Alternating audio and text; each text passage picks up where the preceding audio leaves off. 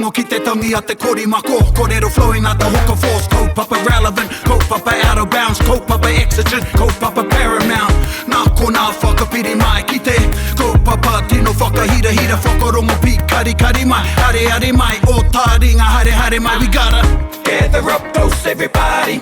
Gather up close everybody. Kani move that body.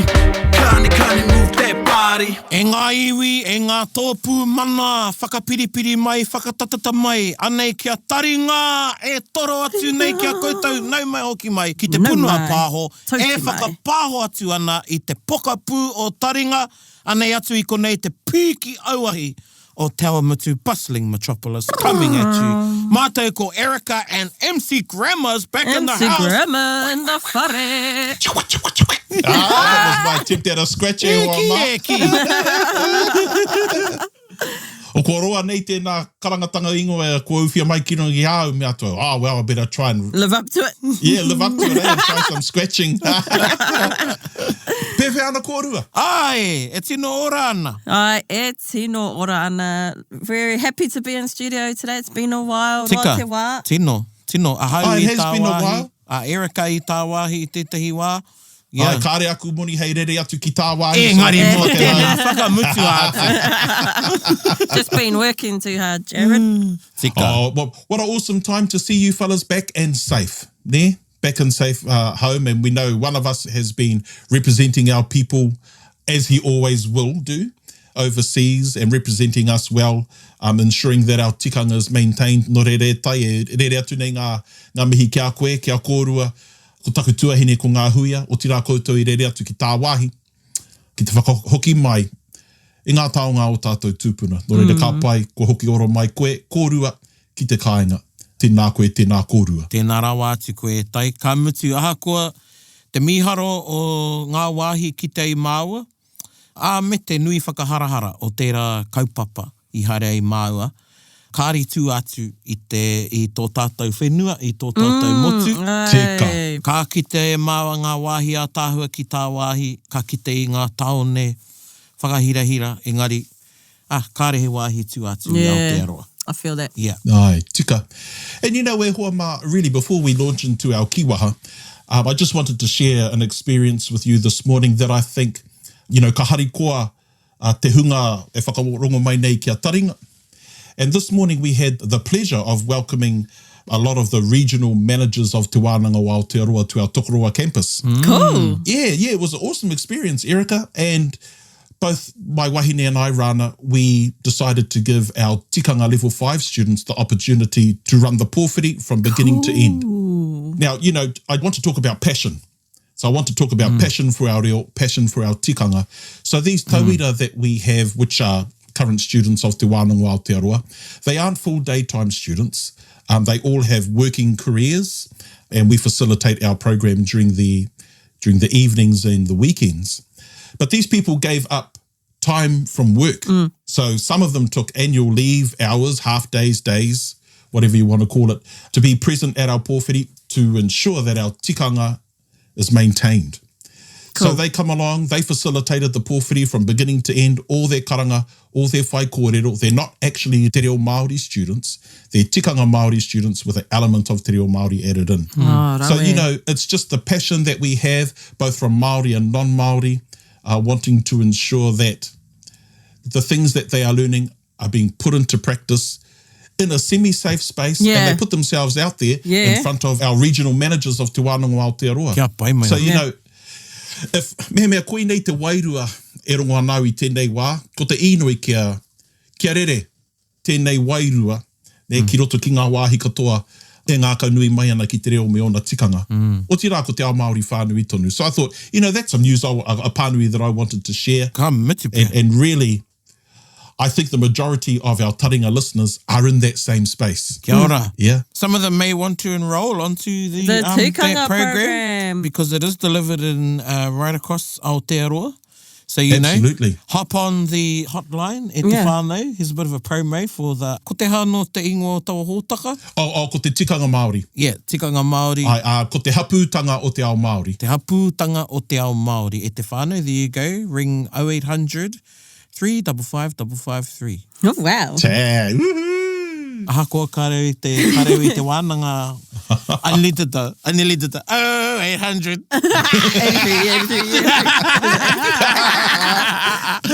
83, 3555553. Yeah, koina. Tēnā koe, Jared, e whakatairanga nei. Well, i whakatairanga koe i ngā mahi a ngā mātua tūpuna, kātahi.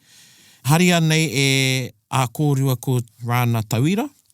Ana e whakatairanga no hoki i te wānanga o te aroa. And of course, Taringa is under the auspices of te wānanga o te aroa. And he mi hoki ki te māngai pāho. A kōrua ko irirangi. Te motu. Kia ora. I imagine you two would have felt a little bit like proud parents. You know, we do. We do, because we've formed a community group called Te Ahi Whita Whita, and these are our graduates, actually, that still want to be part of Te Ao Māori, Tikanga Māori, Te Reo Māori in some capacity, even though they're not currently enrolled in Te Wānanga o Aotearoa, they still want to be a part of everything that's going on. Cool. And you know, kei whea he tauira i tuatu i tērā, ko te hiahia tēnei ki Te Ao Māori, ne? Ahakoa tauira, ahakoa ko putarana i te wānanga o Aotearoa, ko te hiahia tonu kei reira. So ko Te Ahi Whita Whita is our community group, and yeah, anything Te Reo Māori, Tikanga Māori, they're in. Ka pai. And get this, a lot of them started with Taringa. Oh. Ka pai. Yeah, so a lot of them started with Taringa. Well, anyway, e hoa ma, you know, so that's some good news. Ngai Taringa, ko te whakarongo mai nā. E hari te mea ko koutou anake, engari he nui tonu te iwi. E ngā kau nui ana ki te reo me ona tikanga. So the kiwaha I want to share with you all today is a kiwaha that I learnt growing up, obviously with our old people, and I didn't know there was an alternate version to this kiwaha until my rangatira Praone used it one day. And he used meara wake. Meara wake, like you're telling me. Yeah, meara wake is more like next minute. Oh, the next minute one. Yeah, Oh, yeah, that's the next minute. I was thinking mea ana koe. Aye. So he used meara wake, and I looked at him and I said, whakaroa, hea te tikanga o tērā kōrero. And I think it wasn't too long after that I used our kiwaha, which is inamata. Yeah? So inamata is the same meaning as meara wake, or next minute. Next minute. And to my knowledge, it's only used within the Tainui rohe. So I haven't used any other speakers of Te Reo Māori from outside of Tainui use it. How we use inamata ne. Aye. Yeah. No, I think I'm thinking of onamata. Isn't that like in the past, and anamata is like the future? Aye, so you have anamata, which is the future. You have inamata, which I think means the present. I'm not too sure. And then you have the onamata, which is the past. So that's how a lot of people are using inamata in the current context. But actually, for a lot of Tainui speakers, inamata is a kiwaha, which means next minute. Ne? So, whiua mai te tehi tauira e tai, e whakamahi ana i te kiwaha nei inamata. Oh, i te kaukau ia, inamata, ka makere tana tarau. Oh, How did I know he was going to go there? E te iwi? well, I didn't know I was going to go there. I puta no mai. Aye. So how would you use inamata in that context, Erica? Can we please leave the makere tarau alone? No. Well, okay, let's put some context to it. I te kaukau ia, ka poke ia e tētahi ngaru. Inamata ka makere tana tarau. Ka pai. Ka Tēnā pai. koe. Ka pai. Ai, he rawe tēnā tauira. And so inamata can be used in the exact same way as a lot of speakers use meara wake, pai, and next minute. And there's a whole lot of context that you can set around that in using inamata. But just be aware e te iwi, as far as I am aware, ko Tainui anake te rohe e whakamahi ana I tēnei kiwaha, ia inamata. Ko te mea pai hoki o tēnei kiwaha ki au e tai, I think of you, I think of my nana, my auntie, so I mua I tō kōrerotanga mai ki au, hea te tikanga o te inamata, kāre hau I mōhio. But I remember my nan, taku kuia, taku tupuna, and my auntie, my mum's sister, used it all the time. You know, and I've never really thought about it. You know, they'd say, oh, inamata, it was always in conversation. Yeah, Or something I heard, but didn't actually think about it as a teenager then. Kare moe te kiwaha I tērā wā. You know, it was just part of their conversation. Yeah. And then, anyway, ka akoa I te meara wake, and then Jared has talked about this conversation with me. He heard me use meara wake, then he said inamata, I went, oh, is that what they were saying? you know? Ah, yeah. Yeah. But it was something that I just didn't translate in English to mean next minute or da-da-da. You know what I mean? Yeah. I just knew what it meant, I roto i te reo. Yeah. Like, yeah, but I kareo I whakaro ki te inamata, hey, next minute or wasn't long before or... Nah, it needs to be next minute. So, yeah, hoi no. Erika, ko te mea aroha ke, besides our old people, I only have ever heard Paraone use it. Okay. Yeah. And koe nei te mea aroha. So because, you know, people in our generation, they don't know the kiwaha. And there are very few people our age who use inamata in the way that I heard it growing up. So I didn't know it was next minute either. Yeah. It was, I just knew what it meant. And, you know, me pēwhia te whakamahi. And e tika ana tā Paraone, ko ngā kaumātua ana he te hunga I rongo ai au, e whakamahi ana I tēnei kiwaha.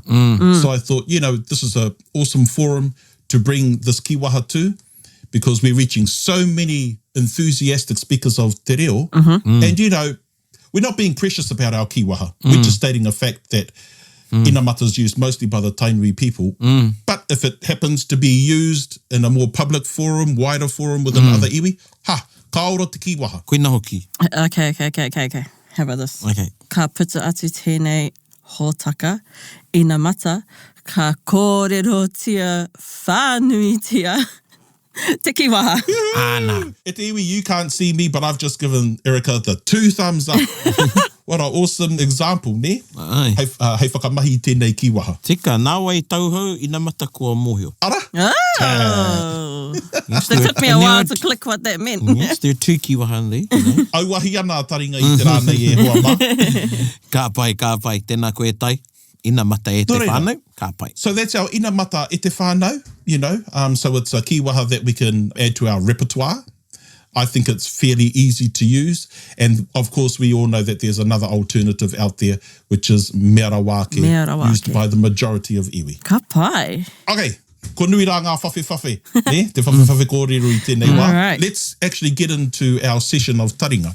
Now, so you may not know, but Tainui started their 4th iteration for this year of Te Reka Maurua. And as part of that, we had people try and take the MC Grammar mantle e te whānau. Yeah, I know. I wasn't present. They did a kairoro or a quiz. And as part of that, there were some questions that were raised around the ways we say and in te reo Māori. So I thought that'll be a good kaupapa for us, and especially for tauhou ki te reo. Ka tahi anō rānei ka timata tā rātou ako I te reo.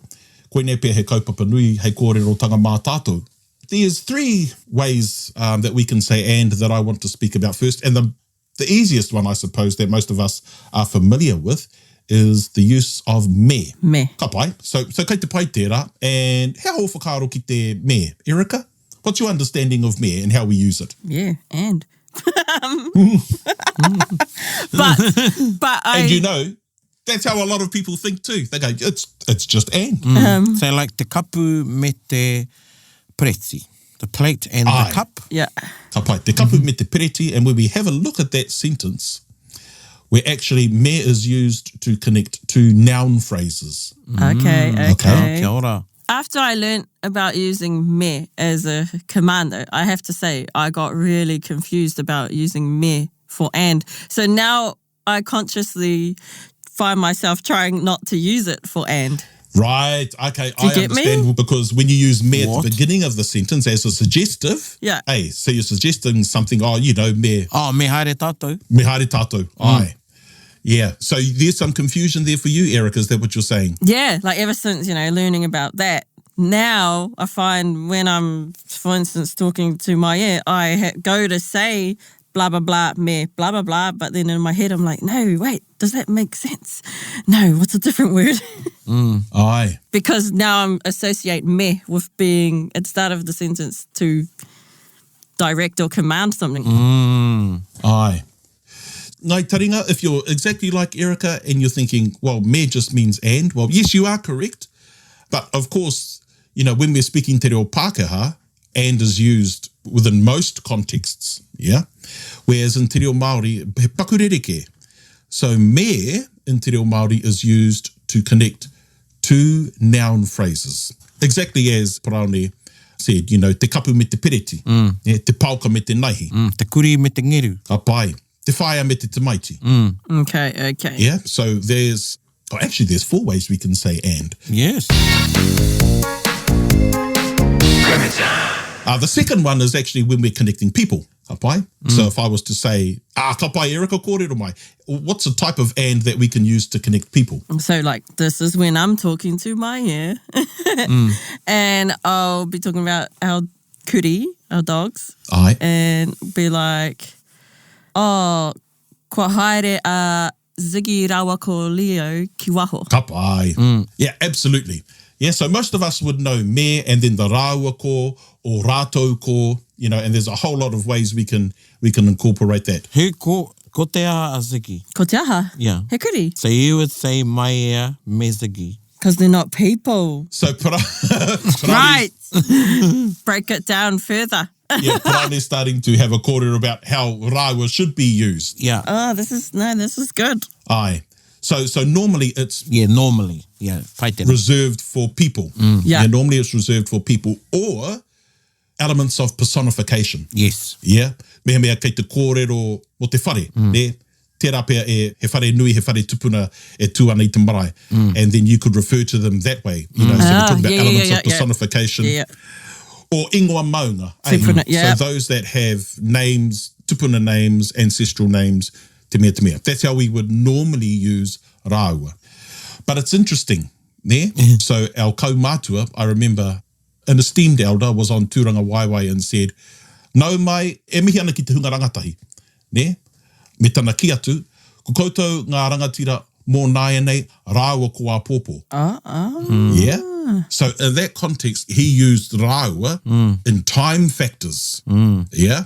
Yeah. Now, whether that goes against the grammar, ka pai, and how rāua should normally be used in terms of names, well, he used them for time factors, which I thought was interesting, but i mārama. Yeah. Yeah. Well, i te whakatangata rānei i te wā, koe na hoki tāku e wānanga Ai pea. nei, Ai. But it's like implying to the people of tomorrow, not necessarily Yes, well, that's the saying, the the time of personifying. tomorrow. Could it be Yeah. the personification of time, Yeah. And exactly in line with what you're saying. That's right. And it's the rāua ko a pōpō. Well, we know that ko only really, well, in this context, before a name.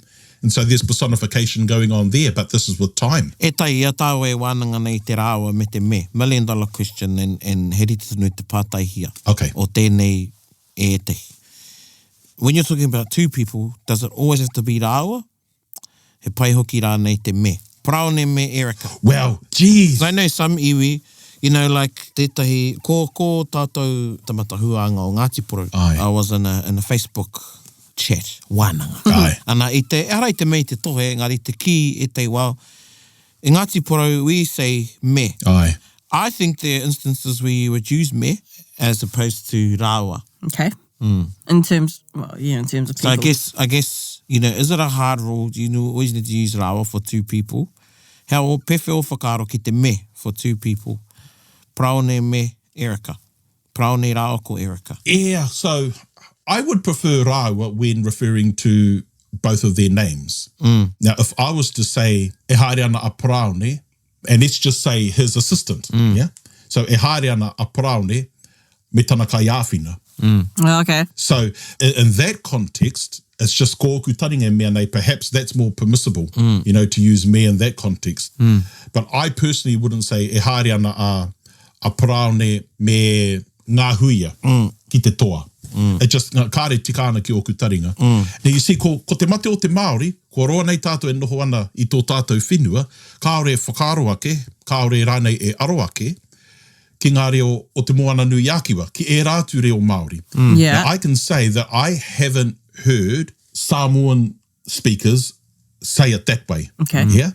Using the me in terms of that context. It's very clear when using names, they use rāua. Is there kupu rāua too? Ai. Rāua. Yeah. Lāua. Laua. Laua. Right. Yeah, ai. And of course, ngā kai kōrero i te reo kukiairangi. When you have a look at the way they phrase their sentences, the majority of the time, it's rāua. So kei reira e tehi tauira o te whakamahinga o te rāua, i e tehi i reo ke o te moana nui ākiwa. Ia Hawaii's laua. Yeah. Ka pai. So, kei reira ngā tauira, so I would prefer, I think the preference is rāua mō ngā ingoa. When we start talking about positions or titles, then it's more permissible to use the me. Ka pai. O hueno. So that's our second way of saying and. So we've got me, we've got the rāua, the rātou, all those sorts of avenues.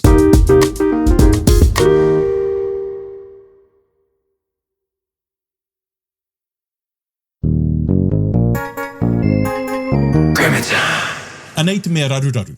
Anei te mea raruraru. And this is where a lot of our Taringa listeners get a little bit... Can't all be easy e te whānau. is the usage of a. Now, a me te tohuto. Me te A me te tohuto. Me te tohuto. Yep. So we've got me. And that me there is with. Oh my Yes. God. No, that's another episode. Yeah. And so now we've got a. Now, a can be used to link successive actions, descriptive statements, but I think the easiest way to phrase it is that it is used to connect complete sentences. Kia ora. Okay? It's used to connect complete sentences. Kare kore kei te pōraru tonu e tai e rā kōrero. He reka ngā ārani, a he kawa ngā remana. O pai. Tino pai tera. So we're giving some descriptive sentences there. And these are quite easy. So we're describing, the oranges and the lemons. And we're wanting to connect those two standalone sentences. And we're going to use a to do that. Yeah. So he reka ngā ārani, a he kawa ngā remana. Ka pai. He ātāhua hinu rewa, a he māngere a Jared. Yeah. So when we have a look at that, now, those are two quite easy examples as where we can connect two sentences. Okay. And so I know Praone had a couple of good examples that we discussed earlier on that he may want to share with us in using a. He tauira au e tai? Kei taua mutu te mārena, a kei otorohanga te hākari. Ka pai. He rawe tēnā. Actually, Erika Mao e whakapākea mai. Kei taua mutu te mārena, So, tūkanohi. well, because in our other example, you use ngarewa wahia and raru Yes, pōkeka. I know, I'm changing it Yeah, up. we are changing And it I up. used E, but I'm saying K. Okay. So kei taua mutu te mārena, a kei otorohanga te hākari. The wedding ceremony is in Te Awamutu, Ka pai. and the hākari, the feast, is in, where did you say? Otorohanga. Otorohanga, Can also mean reception in this the context. reception. Yeah. Aye. Now, you see, that was a really good example where Praone used locatives. Yeah, so the K, where things are located. So he was able to connect two locative sentences. Ka pai. We can also use R to connect two tense sentences. Yeah? So, whakatauira tia mai e tai, e tūhoana i ngā rerenga mahi, e rua. Hei te wenerei te pōkohi moni, Ka pai. a hei tērā tau te kaupapa. Oh. Yeah, pai ana tērā. And actually, even extending on that, I kohia ngā moni, a I whakapaua e Erika ki tāna kaupapa. Or something like that. Yeah. So Praone, he did an awesome job in connecting two hey sentences, yeah? So time factors there. And then, of course, you can connect two tense sentences where we connected our two E. So you can see that R can be used to connect complete sentences, the majority of complete sentences, actually, that we used most times.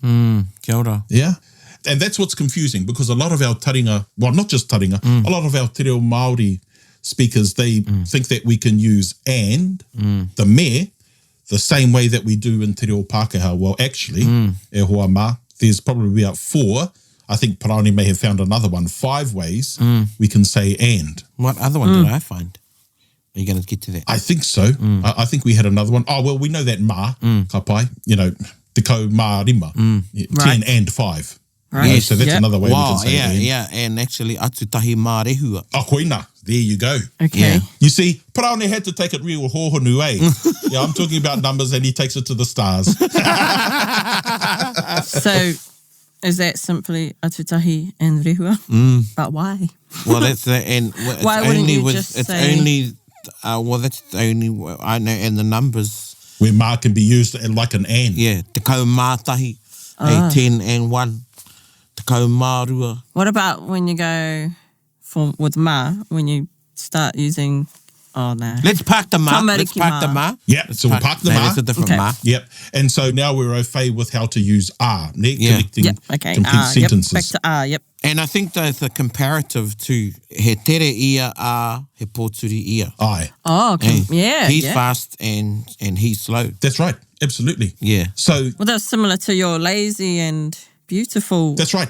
Beautiful sentence. Yeah. So, that's an example of another type of and that we can use in te reo Māori.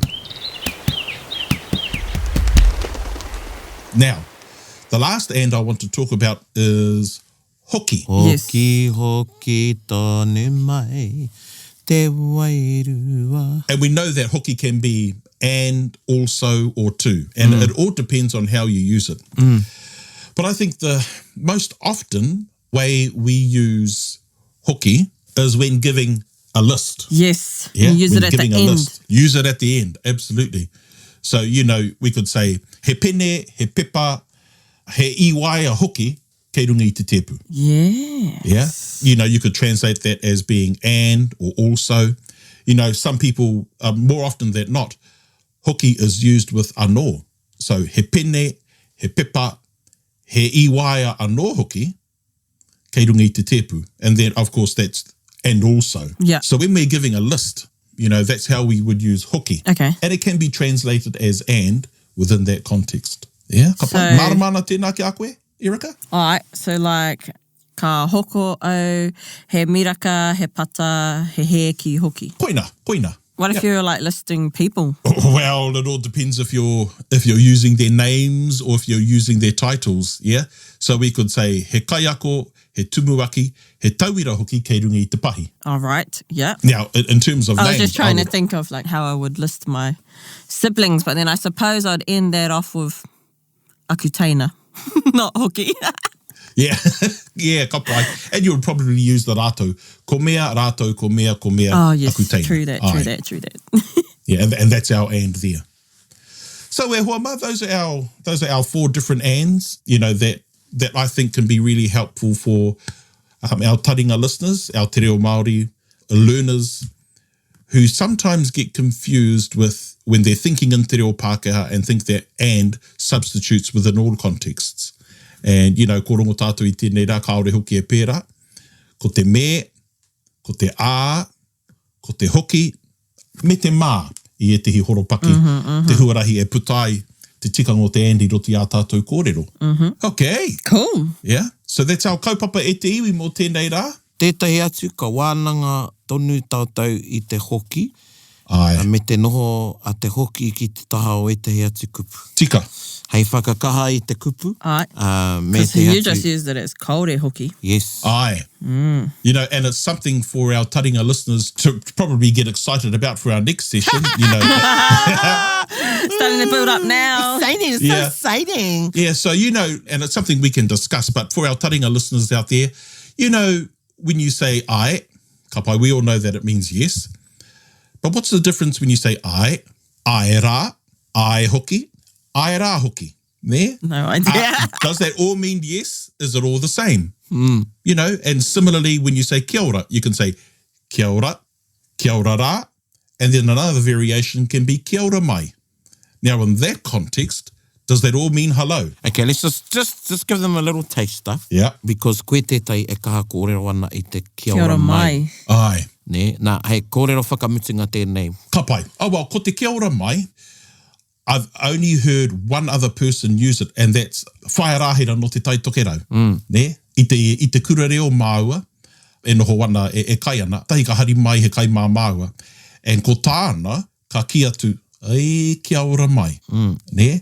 And she said that as she was receiving something. So Yeah, like it was a thank almost you. like a thank you. Yeah? But it was a special type of thank you because she was receiving. If that makes sense? Even though you're saying to the person, kia ora mai. Aye, yeah. Yeah. Now, in terms of linguistics and grammar, I'm not too sure what the implications are, but I heard her say kia ora mai. Now, The way my grandmother used to use it is she used to use it at the end of a conversation.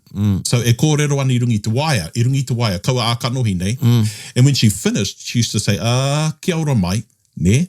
Now, kia ora mai, the way we use it, is a more informal version of noho ora mai.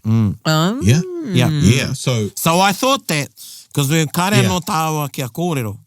Mo tēnei, engari koira tāku I whakaro ai. I whakaro au ki te nohora mai, koina tāku I whakaro ai. Kia ora mai. Yeah, kia ora mai. Yeah, because koina ato kupu whakamutinga, usually if we're parting ways or whatever, you'll finish with that. Kia ora mai. Yeah. And you know, e te whānau, if I would use noho ora mai in a different context, yeah? How would you use that? Well, I would use it very formally. I would use it if I ever had a conversation with Kingi Tūheitia. Okay. I would always use noho ora mai. Now, that shows your respect. Ka pai. Not saying that if you use kia ora mai, you're being disrespectful, but there's a different relationship there. So, Praone and I, we have such a close relationship. It's like what you would use with one of your whānau. Ai, kia ora mai rā. See, kia ora mai rā, kia ora mai nā. What's the differences there? Anyway, ngai taringa. I don't know. If you want to know, tune in to the next grammar session where we're going to discuss, those nuances. I'm particularly interested in this na, because you always use e whakarongo mai na. Aye. Ow, you see, now that's a... Hold on. No, I'm going to save it for the next episode. Otherwise, we're going to be here for an hour. Okay. Nō reire taima, koutou e whakarongo mai nā. Nā i o koutou kāinga, tēnei rā te mihi ake ki a koutou. And I hope you got something out of our taringa session today. You know, even though we had a look at our inamata, we had a look at the different types of and you've got a sneak peek into what we're going to be having a conversation about. You know, it's all part of te reo Māori, and sometimes it's the little things within our grammar that make the big difference. Koina tāku e mene, the little big things. Iti te kupu, nui te kōrero. Ka pai nā. Nah, there we go again. Tēnā koe tai. Hoi anō e te iwi kia huri ki te waiata o te wiki, engari tēnei te whakawāte I a koe, Jared, tēnā rā atu koe. A pai, tēnā hoki koutou. Always lovely to have you on the show. Yes. Tēnā rā atu koe, such a natural. Such a natural, right. Yes, and e hoki ana aku whakaaro ki te wā I tonu atua tahiti ai koe au, kia haere mai koe. Hei kai kōrero. And, I reira tētahi paku horokuku, engari, ngai o ake nei. Ina mata. Ina mata, tika, ka pai Erika. Kua mau. Tika. Ka pai. Yeah. No reira ne hoa ma, ngā manaakitanga ki a koutou. Ai. Kia ora mai nā. Ai, tēnā koe. No reira e te iwi, anei te waiata o te wiki, and we're doing a plug for this great album of matatini, ngā waiata kua puta I ngā kapa o te matatini. And this is one of our favourite waiata. Ne, Erika? Yeah, this is one of my top from that album. Yeah, and so who's koe te kai waiata? Hea te waiata? Ko Troy Kingi, te kai waiata, and ko te ingoa o te waiata, ko Poi Pukeko. Poi Pukeko, and this poi is kei taumata ki atu. Yeah. Nā te kapa o tū te manawa Mauria, and they performed this poi in Waiohika. Oh. Yeah. So, down te tai rāwhiti, rua mano te kau mā tahi. Yeah, Waiohika. And Troy did a remix of it, and it's called Spoon Junkie. I love both versions. It's jivey. Yeah. Jared was jivey today, so anei te waiata o te wiki. Whakarongo mai.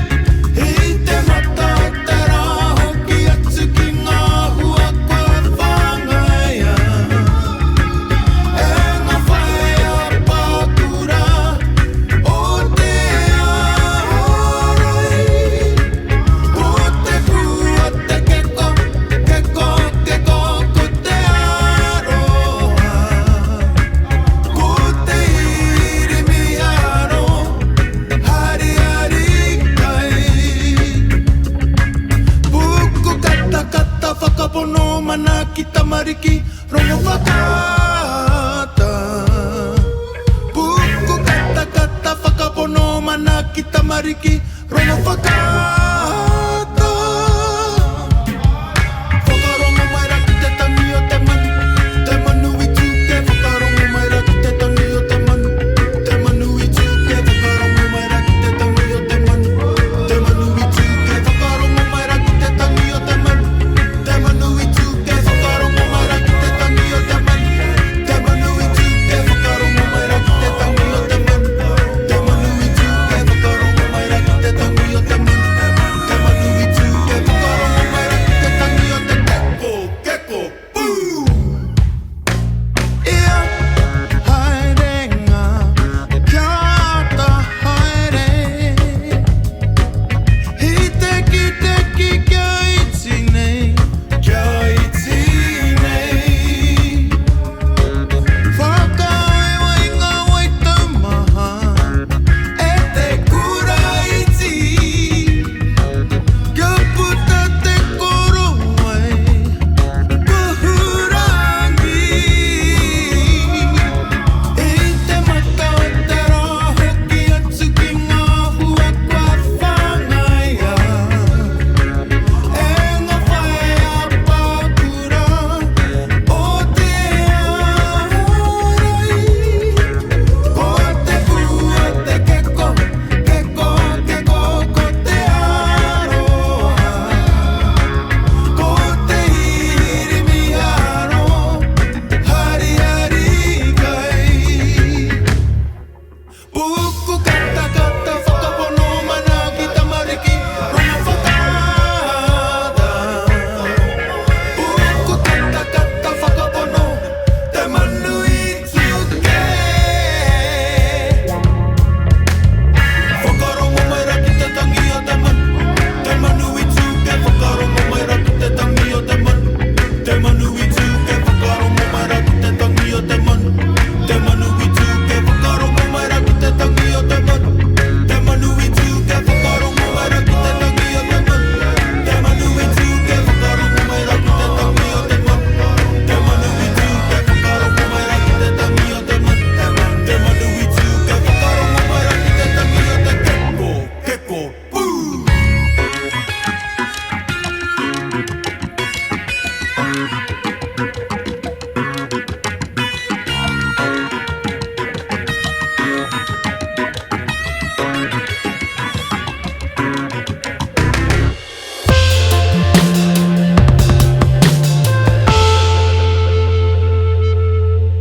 Nā, e te iwi. And you know, jump on Spotify ki te kimi ngā waiata. You don't have to come on Taringa to listen to some of those Yeah, I'll great say. waiata that we've been putting out.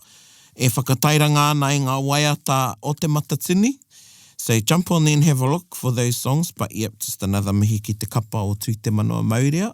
Me ki koutou nā kaitito o tira e te rangatira e te hoa Troy e mihi ana te nā nō koe I tēnei waiata. E mihi ana. Yeah, and then we go. And then we go. I noho tātou a I wānanga tia ngā kupu maha o te end. And. So we sat and we Yep. talked about wānanga, about and. Yep. So ko māua tēnei a e rere ana hoki o māua whakaro ki a koe. Bro, te puaheiri. Ah. Ka rero, ko noho anō tātou tokotoru ki te pukapu o Taringa hoi anō.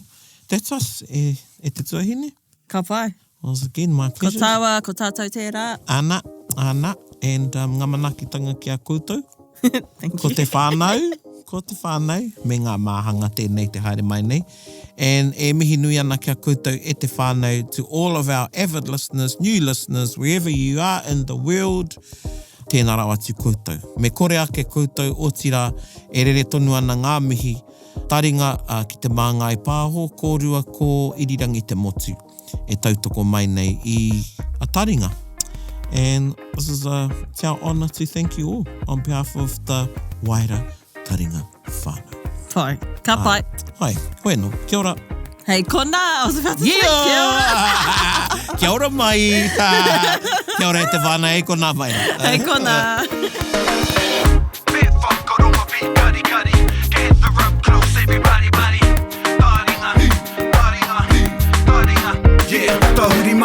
whakarongo ki te tangi a te korimako. Kōrero flowing at the hooker force. Kaupapa relevant, kaupapa out of bounds, kaupapa exigent, kaupapa paramount. Nā ko nā whakapiri mai ki te kaupapa tino whakahira hira whakarongo pi kari mai. Hare mai, o Taringa hare mai. We gotta gather up close everybody. Gather up close everybody. Kani move that body. Kani move that body. Taringa, he mea tuku nā te wānanga o Aotearoa, ā, nā te māngai pāho me irirangi te motu I tautoko. To listen to more episodes, search for us on your podcast app and subscribe, or follow us on Instagram and Facebook. Taringa, whakarongo mai.